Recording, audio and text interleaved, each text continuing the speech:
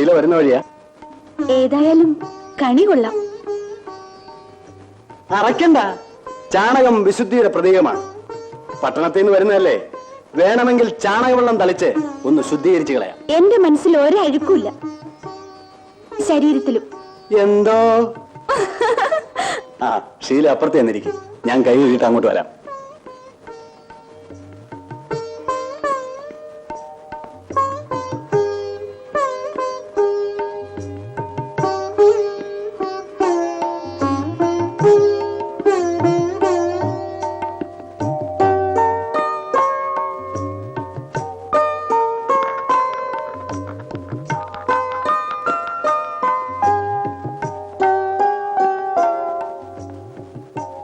നീ എന്താ ഇവിടെ നിന്ന് കളഞ്ഞത്?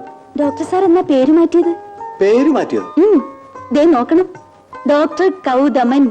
കൗ പശു, തമൻ പ്രിയപ്പെട്ടവൻ, പശുവിന് പ്രിയപ്പെട്ടവൻ, അതായത് കാള. നല്ല പേരാ കേട്ടോ.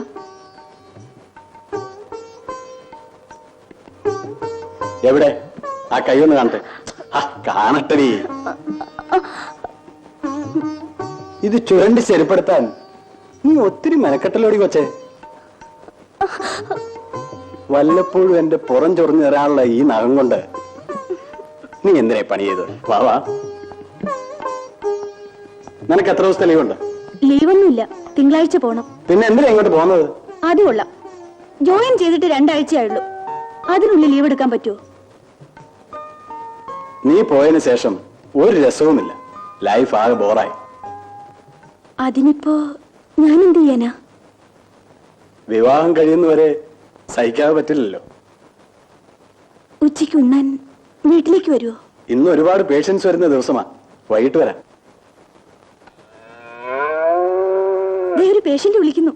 അതൊരു ഡെലിവറി കേസാ, 3-4 ദിവസമായിട്ട് പെൻഡിങ്ങിലാ. എന്നാ വേഗം ചെല്ല്, ഞാൻ പോണു.